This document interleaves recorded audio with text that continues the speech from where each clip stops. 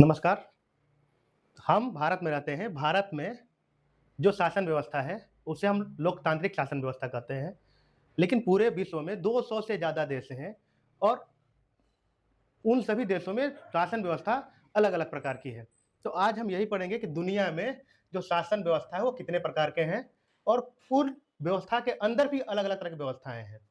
तो हम लोग सबसे पहले आज समझेंगे राजतंत्र, फिर धर्मतंत्र, कुलीन तंत्र, साम्यवाद, तानाशाही और लोकतंत्र।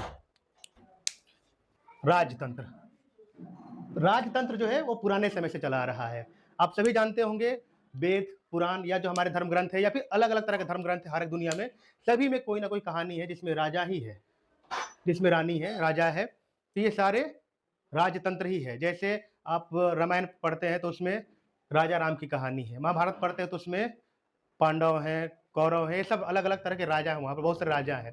तो ये पुराने समय से चला आ रहा है राजतंत्र। राजतंत्र में एक परिवार होता है, जो हमेशा वो शासन करेगा, उसका वंशवाद चलता रहेगा, वंश चलते रहेगा। उसी के पास सारी पावर रहेंगी, चाहे वो सैन्य पावर हो, सैन्य शक्ति हो, वित्तीय शक्ति हो या सामाजिक शक्ति हो, सारी शक्तियाँ उसी के पास रहेगी और वो उन्हीं शक्तियों का इस्तेमाल अपने या अपने मंत्रियों के द्वारा, अपने खुद से भी कर सकता है या फिर कुछ मंत्रियों के सहायता से उस शक्तियों का इस्तेमाल करता है, जिसे हम लोग राजतंत्र कहते हैं। भारत में अंग्रेजों के आने से पहले राजतंत्र ही चल रहा था। भारत जब गुलाम हुआ, तो गुलाम होने से पहले भारत में मुगल वंश था। मुगल वंश से पहले भी अलग-अलग तरह के वंश थे। तो ये सारे राजतंत्र थे। राजतंत्र आज जापान, ब्रिटेन इन जैसे देशों में भी राजतंत्र है, लेकिन ये राजतंत्र नाम मात्र का है। अगर इसको बोला जाए तो ये लोकतंत्र के अधीन चलने वाला राजतंत्र है, जिसे हम लोग बोलते हैं संवैधानिक राजतंत्र। उसके अलावा कुछ ऐसे भी देश हैं जैसे ओमान, सऊदी, ये सारे जो देश हैं, ये पूर्ण रूप से राजशाही में है, ये राजतंत्र में है। धर्म तंत्र, जिसको हम लोग थियोक्रेसी बोलते हैं, इसमें धार्मिक संस्था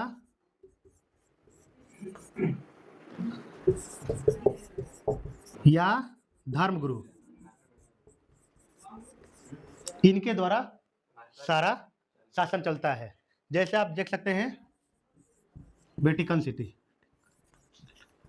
या फिर आप देख सकते हैं पहले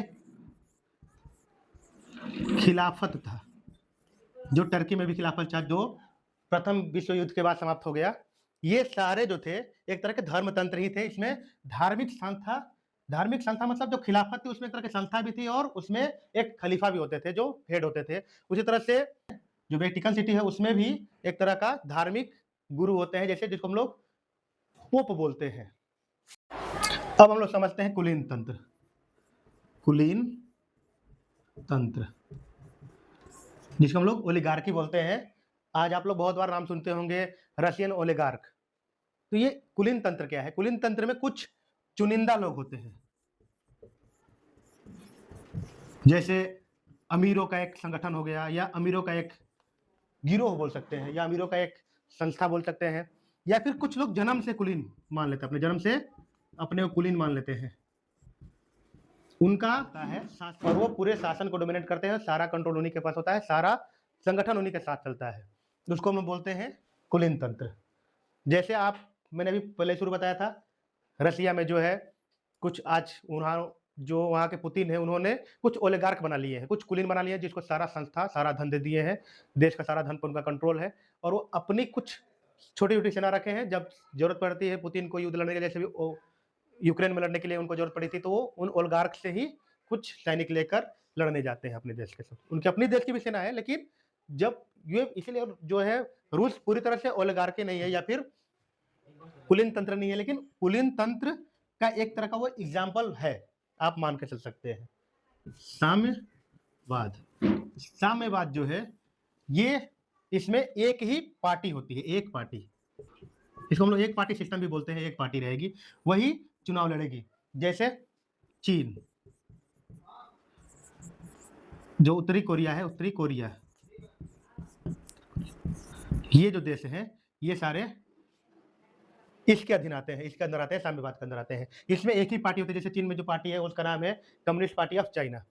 उसकी अपनी ही सेना होती है, मतलब जो सेना होती है वो सेना देश की नहीं होती है, वो देश की सेना नहीं होगी, वो पार्टी की सेना होगी। सेना किसकी होगी? पार्टी की होगी। और इस तरह से वो पार्टी हमेशा ही सत्ता में रहेगी, सालों साल तक सत्ता में रहेगी। जैसे जब से चीन में साम्यवादी शासन आई है तब से आज तक उसी पार्टी का शासन है। हाँ, उसके अधीन या उसके अंदर कुछ संगठन हो सकते हैं, जैसे उत्तरी कोरिया में तो कोई संगठन नहीं है, लेकिन चीन में पोलित ब्यूरो है। पोलित ब्यूरो है, पोलित ब्यूरो में कुछ लोग होते हैं। उसके अलावा मिलिट्री कमीशन होता है, मिलिट्री कमीशन में भी राष्ट्रपति के अलावा भी कुछ लोग होते हैं जो मिलकर शासन को चलाने में या शासन राष्ट्रपति का चुनाव करने में भी उनकी एक निर्णायक भूमिका होती है। तो ये सब मिलके पोलित ब्यूरो और मिलिट्री कमीशन मिलके इसमें शासन चलाते हैं। चीन में, उत्तरी कोरिया में वो डायरेक्ट वंशवाद से चलती है। वंशवाद भी है, मतलब राजशाही से अलग तरह का वंशवाद है वो। साम्यवाद में वो अपने आप को चुनाव करके भी दिखाते हैं कि हम चुनाव भी लड़े हैं, जीते भी हैं, इसका मतलब राजतंत्र है नहीं। लेकिन वंशवाद भी है, एक ही पार्टी या एक ही संस्था की सरकार है, इसलिए वो साम्यवादी सरकार है। सैन्य शासन, सैन्य शासन जिसको हम लोग एस्टेटोक्रेसी या फिर मिलिट्री रूल भी बोलते हैं। इसमें सेना का कोई एक बड़ा अधिकारी, सेना का अधिकारी या कुछ अधिकारियों का एक समूह, ये मिलकर शासन करते हैं। जैसे सेना का अधिकारी हो गया, कोई जनरल है, वो क्या करता है कि अपने देश में जो वहां पर जो सेना है या वहां पर जो देश की शासन है, सेना का वो अध्यक्ष तो होता ही है, वो शासन का भी अध्यक्ष होता है। और वो चुनाव करके या चुन करके नहीं आया है, चुनाव के थ्रू नहीं आया है, लेकिन चुनाव न करने के आने के बाद भी वो शासन में बैठ जाता है, वहां की सरकार को अपदस्थ कर देता है, वहां की सरकार को हटा देता है, वहां की सरकार को विद्रोह के द्वारा या कभी कभी जो वहां पर सत्ता में बैठे हुए हैं लोकतंत्र के द्वारा चुन कर आए हैं या राजतंत्र के द्वारा चुन कर आए हैं, राजतंत्र के द्वारा वंशवाद से आए हैं, तो उनको हटाकर वो खुद ही वहां पर शासक बन जाते हैं और लंबे समय तक रहते हैं। जैसे आप हमारे बगल में देख सकते हैं पाकिस्तान, वहां बहुत बार बार सैन्य शासन आते रहा है। अभी भी वहां पर एक तरह का सैन्य शासन ही है, भले वो दिखता लोकतंत्र है लेकिन है वो सैन्य शासन ही। जो वहां का भी जो जनरल है, जो खुद फील्ड मार्शल बना लिए और वो खुद ही शासन कर रहे हैं, प्रधानमंत्री उनके अधीन काम करते हैं। आज आप देख सकते हैं, तो इसका अभी का उदाहरण है म्यांमार। म्यांमार में पूर्ण रूप से सैन्य शासन ही है। वहां के जो जनरल है, उन्होंने जो वहां की अभी सुप्रीमो थी उनको हटाकर खुद ही शासन में बैठ गए, वो सालों तक रहे। बीच में चुनाव हुआ, चुनाव के बाद जो बनी, लेकिन उन्होंने साथ में ही अपने चुनाव में ही जो संविधान है देश का उसमें ही बदल दिया था कि हमेशा कुछ सैन्य अधिकारी संसद में रहेंगे, तो जब वो रहेंगे तो उनके अधीन ही चलेगा हमेशा। तो कुछ दिन तक तो चला, लेकिन बाद में वो उनको भी हटाकर पूरी तरह से अपने पास ही सत्ता ले लिए। इस तरह से ये सैन्य शासन होता है। सैन्य शासन में हमेशा सेना का अधिकारी ही शासन करता है।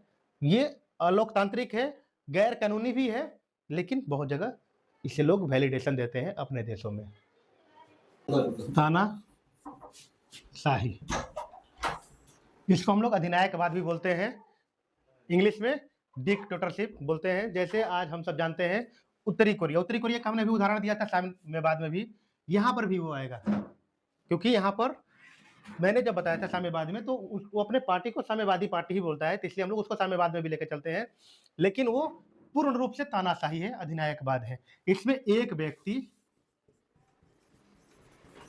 या समूह, व्यक्तियों का समूह मिलकर क्रूर तरीके से शासन करता है, मतलब उसका सारे चीज पर कंट्रोल होता है, जुडिशरी पर भी, सेना पर भी, सब कुछ पर कंट्रोल रहता है।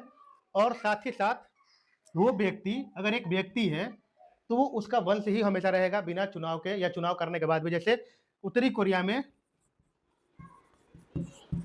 तो चुनाव होता है, लेकिन अन्य जगहों पे चुनाव नहीं होता है, वो हमेशा उस पे ही बैठा रहेगा। वो हो सकता है कि चुन कराए, वो बिना चुने भी आ जाए, लेकिन जब एक बार वो सत्ता में आ जाता है तो अपने आप को आजीवन बनाए रखने की कोशिश करता है। जैसे आप सभी जानते होंगे नाजी पार्टी, हिटलर की पार्टी थी। आप सभी जानते हैं हिटलर को किस लिए जानते हैं कि वो एक तानाशाह था। उसने जर्मनी में अपनी पार्टी का चुनाव जीतने के बाद धीरे-धीरे पूरे सत्ता पर कब्जा किया और कब्जा के बाद सारे चुनाव को समाप्त कर दिए। उसने अपने आप को हमेशा के लिए वहाँ का शासक घोषित कर दिया। अपने आप को हमेशा के लिए वहाँ का शासक घोषित करने के बाद उसने जो पूरी दुनिया में तबाही मचाई, आप सब जानते होंगे। तो जो तबाही राजतंत्र, धर्मतंत्र, कुलीन तंत्र या लोकतंत्र में नहीं मचाया जा सकता है, वो तबाही तानाशाहों द्वारा मचाया जाता है। ठीक। लोकतंत्र। हम भारत में रहते हैं और भारत में जो शासन व्यवस्था है वो लोकतांत्रिक शासन व्यवस्था है, लोकतंत्र डेमोक्रेसी। इसमें जो शासक होता है वो लोगों के द्वारा चुन कर आता है, उसे लोग चुनते हैं, लोगों के द्वारा चुनाव करके कुछ समय के अंतराल पर आता है। जैसे भारत में 5 साल पे, भारत में 5 साल पर आता है। स्विट्जरलैंड में 1 ही साल पर आ जाता है, कुछ जगहों पर 4 साल में, जैसे यूएसए में। यूएसए में आप जानते होंगे, ये भारत, अमेरिका, इसमें 4 वर्ष पे ही शासक का चुनाव हो जाता है। तो इसमें जो शासक होता है वो लोगों के द्वारा चुना जाता है और वो हमेशा चुनाव के द्वारा अपना वैलिडेशन प्रूफ करना पड़ता है उसे हमेशा। जैसे भारत में मोदी जी है, तो मोदी जी तीसरी बार चुनाव जीते जरूर हैं, लेकिन उन्हें हर बार चुनाव जीतना ही पड़ेगा। बिना चुनाव जीते वो तीसरी बार सत्ता में नहीं आ पाते। कुछ जगहों पर इसका लिमिटेशन है, जैसे भारत में कोई लिमिटेशन नहीं है। भारत में एक व्यक्ति कितना भी बार चुनाव लड़के जीत सकता है, वो आजीवन प्रधानमंत्री बन सकता है, बशर्ते उसे हर बार चुनाव जीतना पड़ेगा। वहीं यूएसए में ये लिमिटेशन में है, मतलब कोई भी व्यक्ति मैक्सिमम 8 सालों तक ही या 2 टर्म वो राष्ट्रपति रह सकता है। आप सब जानते होंगे ब्रिटेन का, मैंने ब्रिटेन का जो अभी उदाहरण दिया था राजतंत्र में, तो ब्रिटेन राजतंत्र भी है और लोकतंत्र भी है। उसको हम लोग संवैधानिक राजतंत्र बोलते हैं